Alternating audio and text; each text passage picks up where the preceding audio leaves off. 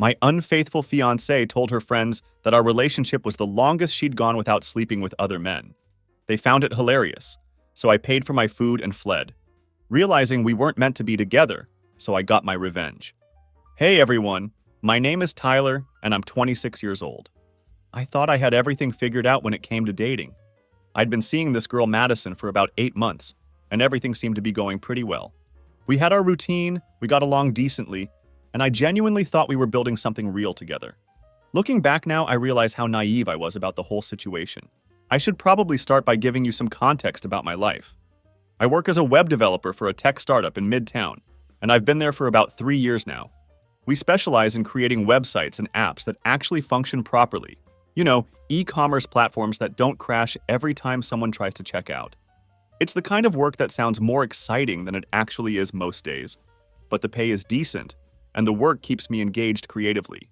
My living situation is exactly what you'd expect from someone who spends 14 hours a day staring at lines of code. I've got a one-bedroom apartment where my gaming setup takes up about half the living room space.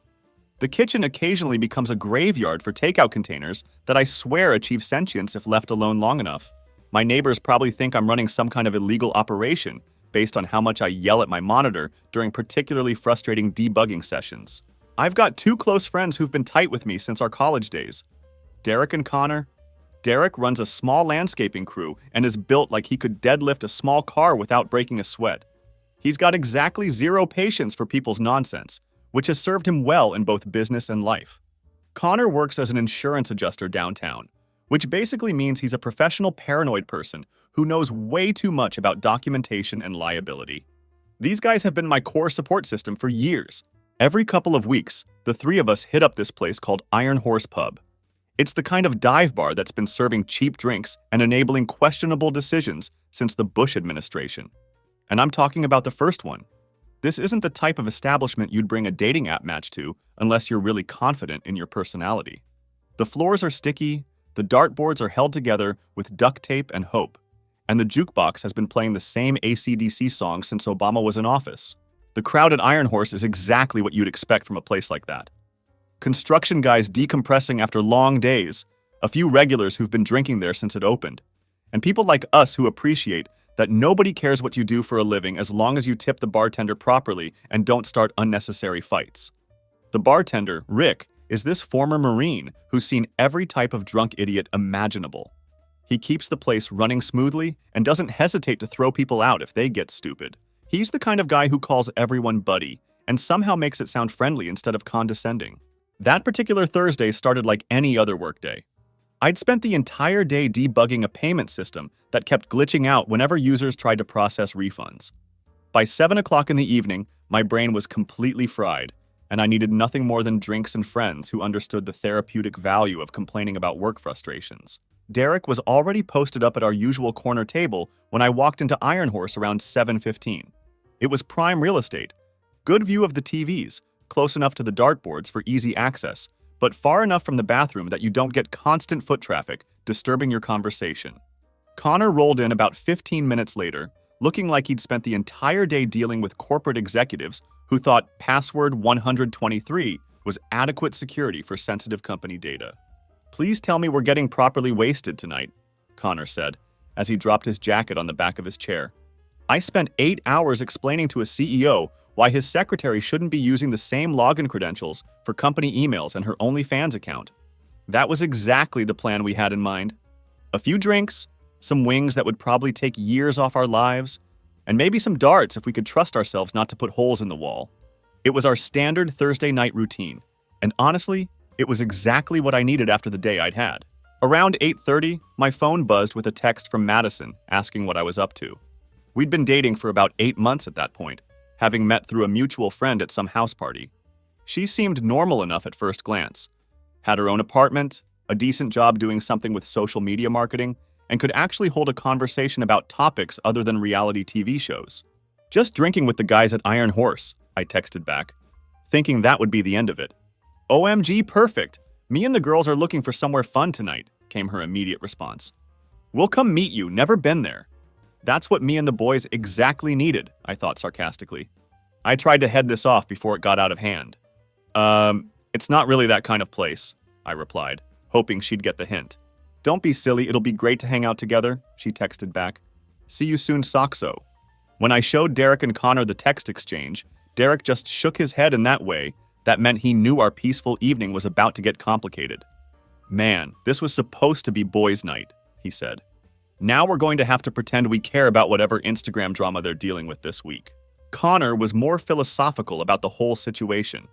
As long as they don't expect us to finance their night out, whatever, he said. But I'm not buying $25 cocktails for people I barely know. Famous last words from Connor, as it turned out. The girls showed up around 9:30, looking like they'd gotten dressed for a completely different establishment altogether. Madison had on this designer dress that probably cost more than my monthly rent, heels that made absolutely no practical sense for anywhere with sawdust on the floor, and enough jewelry to fund a small startup company. Her friends were dressed in a similar fashion. Brittany, Savannah, and Chloe, because of course those were their names. Brittany immediately started taking photos of herself, making disgusted faces like she was documenting a visit to a hazardous waste site. Savannah kept checking her phone and sighing dramatically about how rustic everything looked. Chloe was glancing around like she was mentally calculating how many vaccinations she'd need after touching any of the surfaces. This place is so authentic, Madison said, which was clearly her polite way of saying it looked like a health code violation waiting to happen. Rick came over to take drink orders, probably already sensing this was going to be a long night. The man had been bartending long enough to spot trouble before it even announced itself to the room. "What can I get you, ladies?" he asked with professional courtesy. They proceeded to order the most expensive drinks on the menu, some kind of lavender martini, a cocktail with elderflower and artisanal whatever, and 2 different variations of Cosmos that required ingredients Rick had to Google to make sure he actually had them in stock. They wanted mini umbrellas, the works. Meanwhile, we ordered our usual 3 Bud Lights like civilized human beings. Derek grabbed the tab without saying anything, which was his standard move. He always insisted on buying the first round, said it kept the karma balanced. The total came to $47 for 7 drinks. Our 3 beers were $15 total, so you can do the math on what their liquid mistakes cost us. The conversation started normal enough, but within about 25 minutes, the pick-me behavior was in full swing. It was like watching a nature documentary about mating rituals, except infinitely more cringe-inducing. Brittany kept touching Derek's arm whenever she laughed, which was constantly and way too loudly for the actual humor level of anything being said. "Oh my God, you're so funny! I love guys with a sense of humor," she gushed, batting her eyelashes like she was trying to create a small windstorm. Derek looked like he was watching a nature documentary about particularly annoying birds and couldn't find the remote to change the channel. Savannah was taking an even worse approach with Connor, leaning way too close into his personal space and constantly playing with her hair like she was auditioning for a shampoo commercial. "I bet you're really smart with numbers and stuff," she said, in what I can only describe as a baby voice. "I'm terrible at math. Maybe you could teach me sometime." Connor just stared at her like she'd suggested he eat a bowl of broken glass for dessert. Chloe was taking a completely different tactical approach, constantly putting down other women in what she clearly thought was an endearing way. "Ugh, girls these days are so dramatic and high maintenance," she announced to the table. "I'm totally one of the guys. I hate drama, and I actually eat real food, not just salads like most girls." The whole performance was embarrassing to watch unfold. Derek and Connor kept exchanging confused looks across the table, like they were trying to communicate telepathically about what alternate universe they'd accidentally stumbled into. "So, Derek, do you work out a lot?" Brittany asked, while actually reaching over to squeeze his bicep without permission. "You're so strong and muscular." "I work construction," Derek replied flatly, his voice completely devoid of any enthusiasm. "It's called having a job that requires physical labor." Savannah tried a different angle of attack with Connor, leaning even closer and lowering her voice to what she probably thought was a sultry whisper. "I love a man who knows what he wants. You seem so confident and mysterious." "I organize legal documents for a living," Connor replied, with the same energy someone might use to describe watching paint dry. Real mysterious stuff like filing deadlines and court schedules. But you could feel the tension building beyond just the cringy flirting attempts. The girls kept making passive-aggressive comments about how different the place was from what they were used to. They were taking selfies with captions I could already imagine. "Slumming it tonight, #authentic, #dive-bar, #just so #tacky." The whole thing felt like they were treating our regular hangout spot like some kind of anthropological expedition. About an hour into this disaster, after they'd taken Instagram photos with their drinks, but had barely actually consumed any of the expensive cocktails they'd ordered, the conversation shifted toward relationships and dating. That's when things got really interesting, and by interesting, I mean absolutely catastrophic. Chloe started telling this elaborate story about some coworker who had gotten caught cheating through text messages. It was this whole office drama situation where apparently everyone had picked sides and everything got messy with workplace politics and personal relationships colliding. I honestly don't understand serial cheaters, Chloe said, still trying to maintain her not like other girls persona while stirring her third Cosmo. Like, I would never do that to a man. I'm not like other girls. When I commit, I actually commit. Brittany jumped right into the conversation, looking directly at Derek with what she probably thought were meaningful eyes. Exactly. I think loyalty is so important in relationships. Some girls just don't appreciate a good man when they have one. Savannah nodded along enthusiastically while continuing to bat her eyelashes at Connor like she was sending Morse code. Total trash behavior, she agreed. I always tell guys they don't have to worry about me. I'm not like those other girls who play games. Derek was clearly getting more annoyed by the second with Brittany's constant touching and fake personality. Yeah, well, actions speak louder than words, he said, which should have been everyone's cue to maybe change the subject. That's when Madison decided to drop what can only be described as the conversational equivalent of a nuclear weapon right in the middle of our table. Well, this is the longest I've gone without cheating, she announced casually, like she was commenting on the weather. So I guess I'm basically ready for marriage at this point. The entire table went dead silent. It was like someone had hit the mute button on reality itself. Derek's head snapped up and he stared at Brittany, who had literally just been bragging about loyalty and commitment not 30 seconds earlier. Connor looked at Savannah with pure disgust written across his face. I felt like I was trapped in some kind of twisted video game where someone had just revealed that the princess you'd been trying to rescue was actually the final boss all along. Then her friends started laughing. Not embarrassed laughter, not, oh no, she said too much nervous laughter. Genuine, hearty amusement like this was the funniest thing they'd heard all week. The same girls who had just been performing their elaborate, not like other girls routine were now cackling about their friend's casual admission of serial cheating. Wait, how long exactly? Brittany asked, completely forgetting that she'd been playing the innocent, loyal girlfriend act just moments before. 8 months, Madison announced proudly, raising her barely touched martini like she was making a toast to her amazing achievement. Personal record, honestly. More laughter erupted from the group. Savannah actually started clapping like Madison had just announced she'd found the cure for cancer. Derek and Connor were looking at me with expressions that can only be described as shocked Pikachu faces. The pick-me act had completely evaporated from all three of them in the span of about 30 seconds. These girls had just gone from, we're not like other girls, we're loyal and trustworthy, to openly celebrating their friend's cheating streak faster than you could order another round of drinks. The whiplash was absolutely incredible to witness. I mean, you guys knew I wasn't exactly a nun in my past relationships, right? Madison said, looking at me with this casual smile that suggested she thought this was all perfectly normal conversation. Number one, hell no, I absolutely did not know that, I thought to myself. Every single conversation we'd had about her previous relationships had painted her exes as the villains in every story. They were controlling. They didn't appreciate her properly. They had commitment issues. All the standard explanations people give when relationships don't work out, and they want to position themselves as the victim.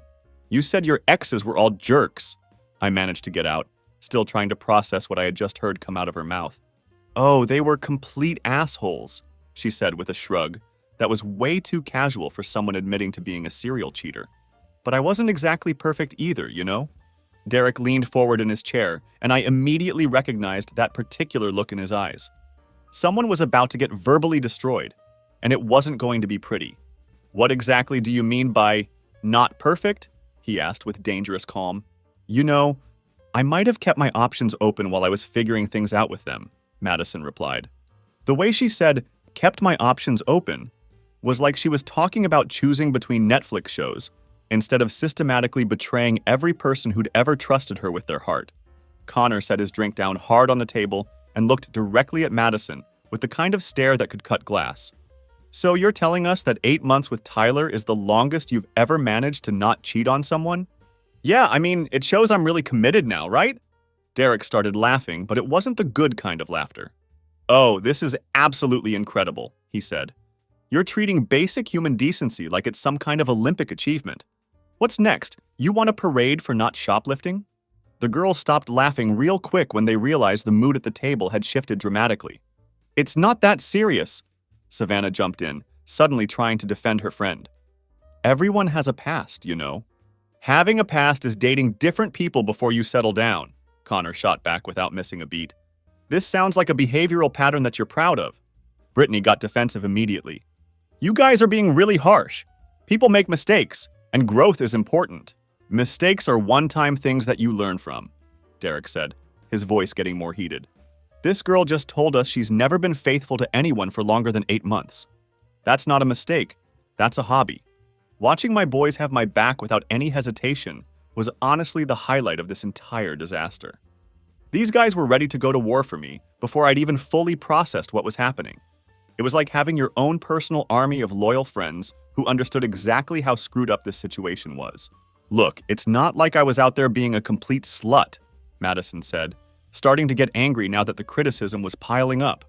That was absolutely the wrong thing to say to Derek. Actually, you're right. Hoes are honest about what they want, Derek fired back. You're just someone who lies to guys while you shop around for better options. That's when the girls completely lost their minds. Brittany started yelling about toxic masculinity and how we were attacking Madison for being honest about her past. Savannah called Derek a misogynistic piece of trash who couldn't handle a strong, independent woman. Chloe was trying to record everything on her phone, probably planning to post some victim narrative on TikTok later about how they'd been verbally assaulted by aggressive men. But here's the thing. I was completely done with all of it. 8 months of thinking I was building something real and meaningful with someone. And it turns out I'd just been her current project while she figured out if she could do better. The betrayal was hitting me like a freight train, but so was the anger. You know what? This is fascinating, I said, standing up from the table and pulling out my wallet. 8 months of you keeping your options open and I never knew. I'm either really naive or you're really good at this whole deception thing. Madison looked confused, like she genuinely couldn't understand why I was upset. Tyler, don't be dramatic. It's not like I cheated on you yet. Yet, Connor added helpfully, emphasizing the word like it was a loaded weapon. She didn't cheat on you yet. I counted out exactly $18, what Derek, Connor, and I owed for our 3 beers, and put it on the table. Where are you going? Madison demanded, her voice getting higher and more panicked. You ladies can handle your own tab, I said simply. But we don't have enough cash, Brittany screeched, suddenly realizing that their expensive cocktail choices were about to become a real problem. Derek laughed and stood up from his chair. Sounds like a personal problem to me. You invited us here? Brittany yelled, trying to make this our responsibility somehow. No, I corrected her.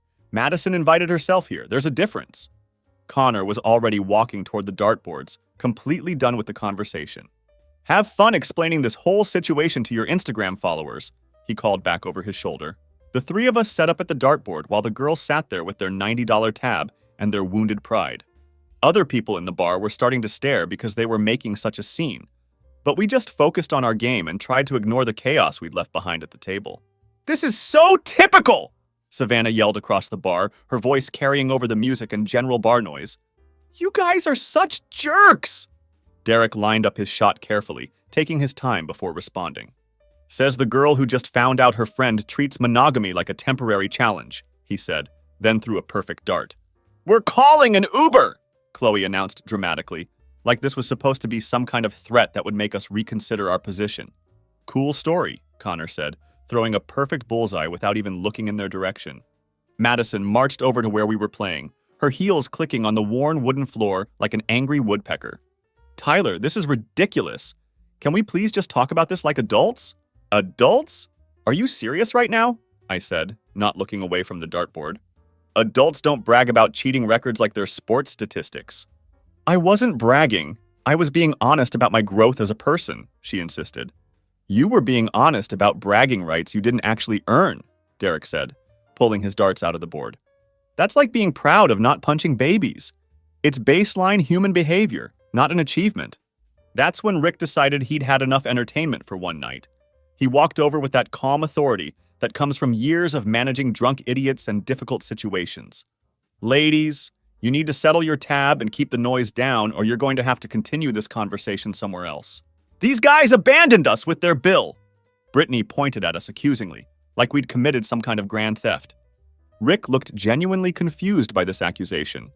Didn't you order those drinks yourselves? The girls couldn't answer that question because the honest answer made them look like entitled idiots who expected other people to pay for their poor decisions and expensive taste in cocktails. Look, handle your business or take it outside. This isn't complicated, Rick said, with the patience of someone who dealt with this exact scenario countless times before. They went back to their table to figure out how to split $90 four ways, but kept shooting dirty looks at us and making comments loud enough for everyone to hear about how we were typical men and complete garbage. Real classy behavior that definitely proved they were the mature ones in this situation. Connor threw his dart and grinned. $5 says they get kicked out before they figure out how to tip properly. No bet, I said. That's guaranteed money. The girls managed to scrape together enough cash and credit cards to cover their tab, but not before making sure everyone in the bar knew they thought the place was beneath them. And we were terrible people for not bankrolling their night out. They finally left around 11:15, but not before Madison announced loudly that she was done with immature little boys who couldn't handle a real woman. Rick came over afterward with 3 beers on the house. Those your girlfriends? He asked. Not anymore, I said. Smart move, he replied.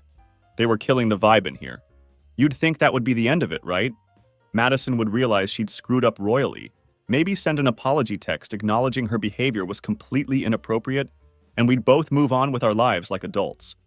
But apparently, I'd seriously underestimated just how entitled and vindictive this woman could get when she didn't get her way. The harassment started the very next morning with a series of increasingly unhinged text messages. These weren't angry breakup texts filled with hurt and emotion. They were confused messages acting like I was the one being completely unreasonable about the whole situation. Why are you being so dramatic about this?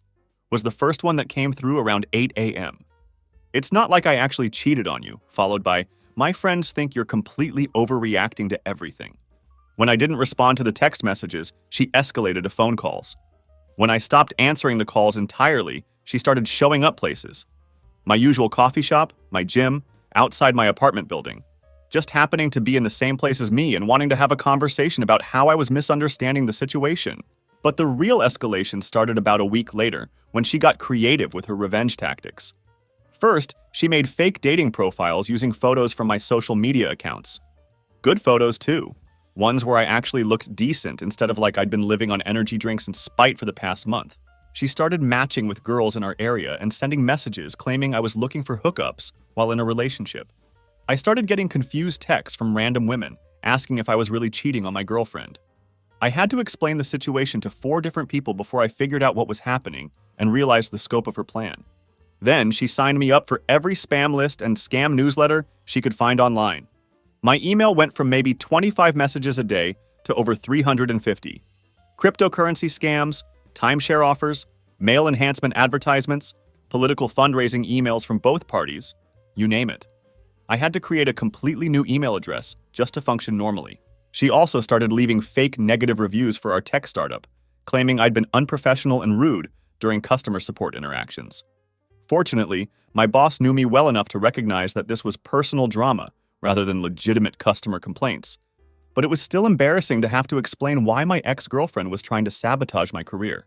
Derek and Connor were getting regular updates on this crazy train, and they thought the whole thing was hilarious in a disturbing way. Dude, you dodged a tactical nuclear weapon, Derek said when I told him about the fake dating profiles. This chick is completely unhinged. But the absolute peak of her insanity came about 2 weeks after the bar incident. She showed up at my office, not just to talk or make a scene, but she brought materials.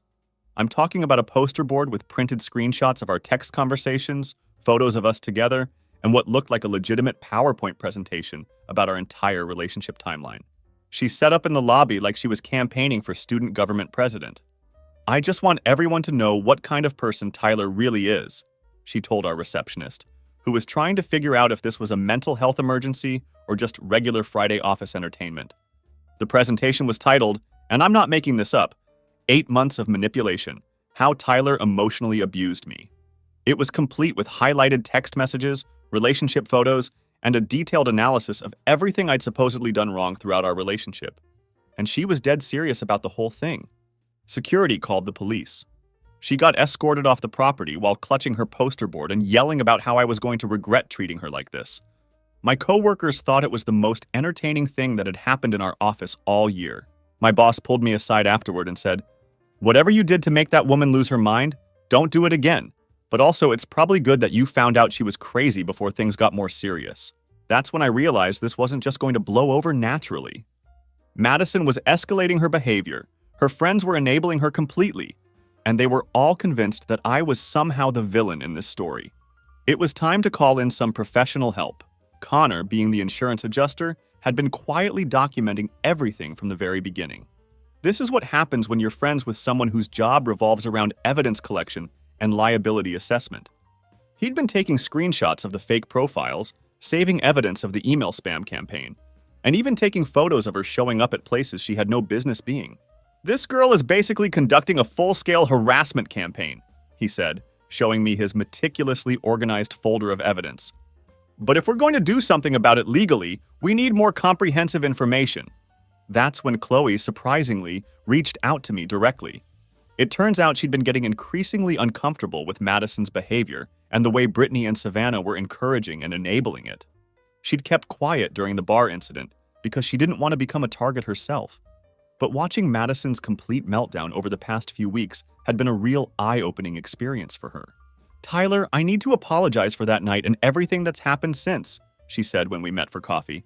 "Madison and the other girls are completely out of line with all of this." Chloe had been keeping receipts, apparently. Screenshots of group chats, photos, videos. Basically a complete documentary of every terrible thing they'd done or said. She'd been planning to distance herself from the group anyway, and wanted to make sure she had evidence in case they decided to turn on her next. "I always thought you seemed like a decent guy," she continued. "You didn't deserve what happened at the bar, and you definitely don't deserve this stalking campaign she's running." That's when I learned the full scope of Madison's relationship history and her friends' active involvement in enabling her behavior. There had been 4 different guys in high school, all of whom had thought they were in exclusive relationships with her. Her college boyfriend found out she was hooking up with guys from her study group when someone posted photos on social media. Her last relationship ended when the guy found dating app messages on her phone during what was supposed to be a romantic movie night. "Her friends think it's absolutely hilarious," Chloe explained, looking genuinely disgusted. "They call it Madison being Madison, like it's some cute personality quirk instead of a destructive pattern of behavior that ruins people's lives." But the most disturbing part was learning about their actual strategy and coordination. Madison had been bragging to her friends about training me to be the perfect boyfriend, while she figured out if she could find someone better. They had a whole system worked out. How to hide evidence, explanations for suspicious behavior, backup stories for getting caught in lies. Chloe also provided screenshots of group chats where they discussed their current projects. Apparently, all 3 of them were running similar schemes on different guys simultaneously. Brittany was dating some finance guy while hooking up with her personal trainer. Savannah was engaged to one man while still sleeping with her ex-boyfriend. It was like a masterclass in being a terrible human being. "I should have said something sooner, but I was scared they'd destroy me if I didn't go along with their games," Chloe admitted. Armed with this information, I realized I wasn't just dealing with one crazy ex-girlfriend. I was dealing with what essentially amounted to a cult of manipulative women who enabled and encouraged each other's worst behavior. But Chloe also gave me something incredibly valuable. Inside information about their vulnerabilities. "They're all terrified of their parents finding out who they really are," she explained.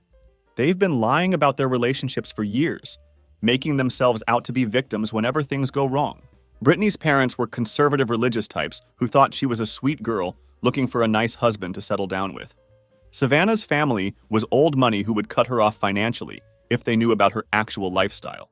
Madison's parents had been financially supporting her because they thought she kept ending up with abusive boyfriends. They've built their whole lives on lies, and they're all completely dependent on maintaining those lies, Chloe said. That's when Connor and I started planning something special. The beauty of being a web developer is that you spend all day thinking about systems, consequences, and how to create satisfying user experiences. It turns out those skills translate pretty well to real-life problem solving. Connor handled the documentation and legal strategy, while I worked on the overall plan. We spent 2 weeks gathering evidence, organizing timelines, and building comprehensive files on all 3 girls and their enabler network. The plan was elegantly simple. Give them exactly what they'd been doing to other people for years. First, we created a comprehensive dossier on each of them. This included social media posts, dating profiles, photos from parties, screenshots of conversations that Chloe had provided, and everything that showed who they really were when they thought nobody important was watching. Then we identified their specific pressure points and vulnerabilities. Brittany was applying for a promotion at her marketing firm and had been positioning herself as a relationship expert on LinkedIn, posting articles about trust and communication in healthy relationships. Savannah was planning an elaborate engagement party and had been posting constantly about her perfect relationship on Instagram. Madison had been telling her parents that I was abusive and controlling to maintain their financial support. The key to our entire operation was timing and leverage. Connor carefully documented their current dating activities using publicly available information and social media monitoring. It turns out all 3 of them were back to their old patterns within a week of the bar incident. They literally couldn't help themselves. Brittany was already active on multiple dating apps, while supposedly being exclusive with her finance guy. Savannah was posting engagement photos while simultaneously texting her ex-boyfriend about secret meetups. Madison had started dating some lawyer, but was also actively pursuing her yoga instructor on the side. These girls are completely predictable, Connor said, showing me the evidence he'd collected. They're like addicts. They can't help themselves. We also reached out to some of their previous victims, guys who'd been burned by them in the past, but hadn't connected the dots about their coordinated strategy. It turns out there was a whole network of men who'd been manipulated by this group over the years, and they were more than happy to share their experiences. I always wondered how she seemed to know exactly what I was thinking, one guy said about his experience with Brittany. Now I know it's because she'd done this exact same routine with other guys and had it down to a science. The final piece of our plan was getting Chloe to agree to wear a wire during one of their girls' nights. She was planning to cut ties with them anyway and wanted to get one last recording of them bragging about their schemes and discussing their current manipulation tactics. The recording was absolutely everything we needed and more. 2 hours of them laughing about their current projects, sharing tips for manipulation, and making jokes about the guys they were stringing along. Madison specifically talked about how she was going to destroy my reputation for embarrassing her at the bar. "These guys are so pathetic," Madison said on the recording, her voice dripping with contempt. "They actually think we care about them. It's like playing a video game where all the NPCs are programmed to be complete idiots." Perfect. Absolutely perfect. Now we had everything we needed for the final phase of our plan. The revenge rollout was coordinated like a complex legal case, hitting multiple targets simultaneously so none of them could warn the others or coordinate a response to minimize the damage. Phase 1 launched on a Monday morning. Connor prepared anonymous packages for each girl's workplace containing printed screenshots of their dating profiles, text conversations with multiple guys, and evidence of their coordinated cheating schemes. Nothing illegal, nothing threatening, just comprehensive documentation of their actual behavior presented like evidence in a professional case file.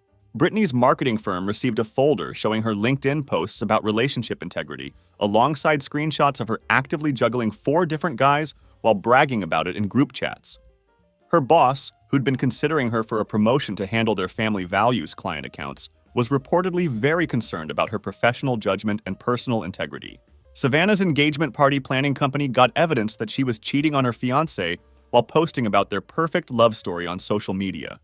Since their whole business model was built around authentic romance and trust, having a staff member exposed as a serial cheater was extremely problematic for their brand image. Madison's social media marketing company received comprehensive documentation of her harassment campaign against me, including evidence of the fake dating profiles and her detailed plan to destroy my reputation. Her boss was not thrilled to learn that an employee was using company time and resources for personal vendettas. Phase 2. Hit their personal lives that same afternoon with surgical precision. The finance guy got an anonymous message with screenshots of Brittany's conversations about him being boring but financially useful, along with her active dating profiles where she was describing herself as single and looking for excitement. He broke up with her via text message and blocked her on everything within an hour of receiving the evidence. Savannah's fiancé received a comprehensive package showing her ongoing relationship with her ex-boyfriend. This included hotel receipts, romantic text messages, and screenshots of her conversations where she referred to him as just a meal ticket while she figured out what she really wanted. The engagement was officially off by Wednesday, and he'd already contacted a lawyer about getting the ring back. Madison's new lawyer boyfriend got the full treatment. Recordings of her bragging about manipulating men for sport, evidence of her pursuing other guys simultaneously, and screenshots of her calling him adequate for now in group chats. He went from planning a romantic weekend getaway to changing his locks and blocking her number in about 8 hours. But Phase 3 was the absolute masterpiece of our operation. All 3 girls had been systematically lying to their families about their relationships for years, consistently painting themselves as victims who kept ending up with bad guys. Their parents had been providing financial and emotional support based on these elaborate lies.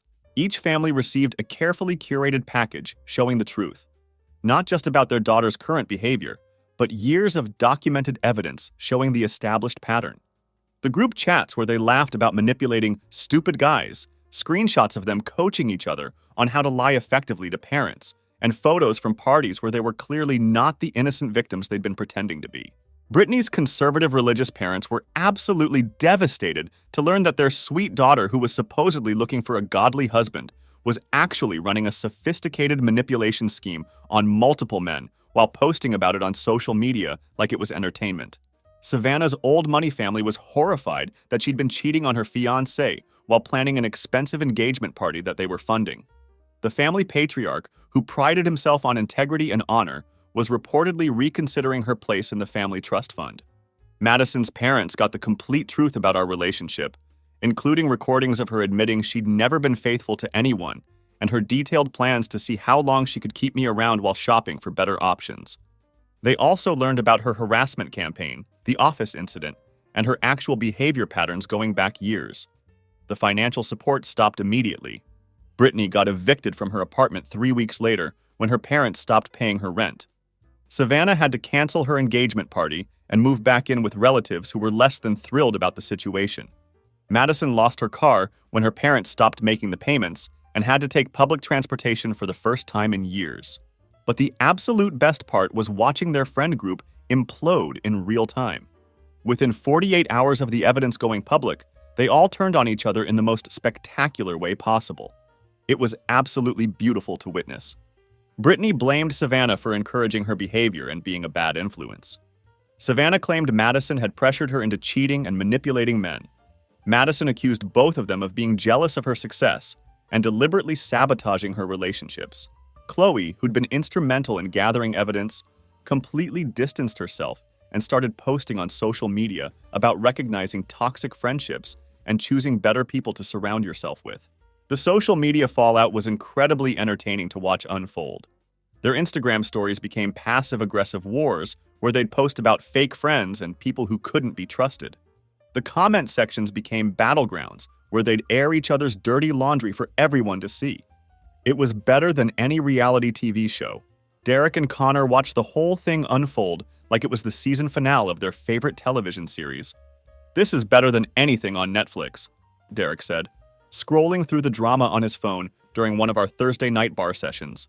The professional consequences kept building momentum. Brittany got fired when several clients specifically requested she be removed from their accounts after learning about her personal conduct. Savannah's engagement party company let her go after photos surfaced of her making out with her ex-boyfriend at a work event. Madison lost her job when her harassment campaign against me became public knowledge and reflected badly on the company's reputation. But my personal favorite consequence was watching them try to date again in our city. Word had spread through the local dating scene faster than a viral TikTok video. Screenshots of their conversations were being shared in group chats. Guys were warning each other on dating apps, and their reputations were completely destroyed. Madison tried to match with guys on Tinder, only to get messages saying, "Aren't you that girl who bragged about cheating on everyone?" Brittany created new profiles with different photos, but people recognized her anyway. Savannah actually moved to a different city, but the internet is forever, and her reputation followed her there too. 6 months later, I ran into Brittany at a grocery store. She was with what looked like her mother, dressed way more conservatively than I'd ever seen her before, and she looked absolutely miserable. When she saw me, she actually tried to hide behind a cereal display like she was a criminal avoiding recognition. All I could think was that karma had finally caught up with her, and it sucked to suck. Justice has been served, Connor said when I told him about the encounter during our next Thursday night at Iron Horse. Play stupid games, win stupid prizes. As for me, I'm doing absolutely fantastic.